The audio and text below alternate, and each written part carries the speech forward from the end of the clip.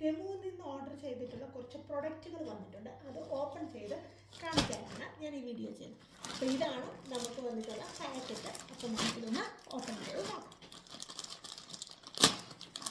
അപ്പോൾ നേരത്തെ ഞാൻ ചൈനയിൽ നിന്നൊക്കെ ഓർഡർ ഇസ്രായേലിൽ നിന്ന് ചെയ്തിട്ട് ഞാൻ വീഡിയോസ് ചെയ്തിട്ടുണ്ട്. അപ്പം ഇന്ന് ടെമുവിൽ നിന്ന് വാങ്ങിയിട്ടുള്ള സാധനങ്ങളെല്ലാം നമുക്ക് കാണാം. അപ്പം ഇതാണ് ഞാൻ ഓർഡർ ചെയ്തിട്ടുള്ള ആദ്യത്തെ പ്രൊഡക്റ്റ് എന്ന് പറയുന്നത് ഒരു ജാക്കറ്റാണ്. ഇവിടെ നല്ല തണുപ്പാണ്. അപ്പം ഞാനൊരു ജാക്കറ്റ് ഓർഡർ ചെയ്തിട്ടുണ്ട്. തണുപ്പിന് പറ്റുന്ന ഒരു ജാക്കറ്റ്. അത് നമുക്ക് ഒന്ന് ഓപ്പൺ ചെയ്ത് കാണാം. വാവ്, നല്ല അടിപൊളി കളറാണ് കേട്ടോ. നല്ല അടിപൊളി കളറ്, അതേപോലെ തന്നെ അടിപൊളി പ്രൊഡക്റ്റുമാണ്. നിങ്ങൾക്ക് ആണ് ജാക്കറ്റ്, അടിപൊളി ഒരു ജാക്കറ്റാണ്. അപ്പോൾ ഇവിടെ നമുക്ക് നല്ല തണുപ്പാണ്. അപ്പോൾ ഇതാണ് ഞാൻ ടെമുവിൽ നിന്ന് ഓർഡർ ചെയ്തിട്ടുള്ള ആദ്യത്തെ. നല്ല നീളമുണ്ട് കേട്ടോ. ഇതാ ഒന്നാമത്തെ പ്രൊഡക്റ്റ്.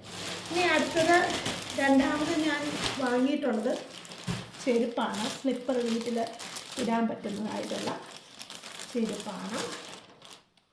ഹലോ, എനിക്ക് ഇഷ്ടപ്പെട്ടു എന്ന് വിചാരിക്കുന്നു. ചെരുപ്പ് ഓർഡർ ചെയ്തിട്ടുണ്ട്.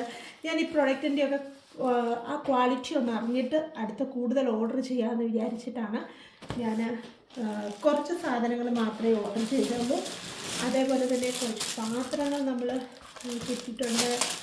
പാത്രം എന്ന് പറയുന്നത് ചെറിയ ബോക്സുകളാണ്. സാധനങ്ങളൊക്കെ നമുക്ക് ഫ്രിഡ്ജിലൊക്കെ വേണമെങ്കിൽ കീപ്പ് ചെയ്യാൻ പറ്റുന്ന കുറച്ച് ബോക്സുകൾ. അങ്ങനെ ഇതിനകത്ത് 6 ബോക്സുകൾ കിട്ടിയിട്ടുണ്ട്. അതേപോലെ തന്നെ അടുത്ത് നമുക്ക് കിട്ടിയിട്ടുള്ളത് നോക്കാം. അടുത്ത പ്രൊഡക്റ്റ് എന്ന് പറയുന്നത് റേസറാണ്. അപ്പോൾ ഇത്രയും സാധനങ്ങളാണ് ഞാൻ ഈ പ്രാവശ്യം ഇവിടെ പർച്ചേസ് ചെയ്തിട്ടുള്ള എല്ലാ പ്രൊഡക്റ്റുകളും നല്ല പ്രൊഡക്റ്റുകളാണ്. എനിക്ക് കുറ്റമൊന്നും പറയാനില്ല. കറക്റ്റ് ഡെലിവറി, പക്ക ഡെലിവറി ആയിരുന്നു. DHL-ലായിരുന്നു. ഞങ്ങൾക്ക് ഇവിടെ ഫോൺ ചെയ്തു, താഴെ പോയി പ്രൊഡക്റ്റ് കളക്ട് ചെയ്തു. എല്ലാം കറക്റ്റായിട്ട് അവർ പിന്നെ ചെയ്തിട്ടുണ്ട്.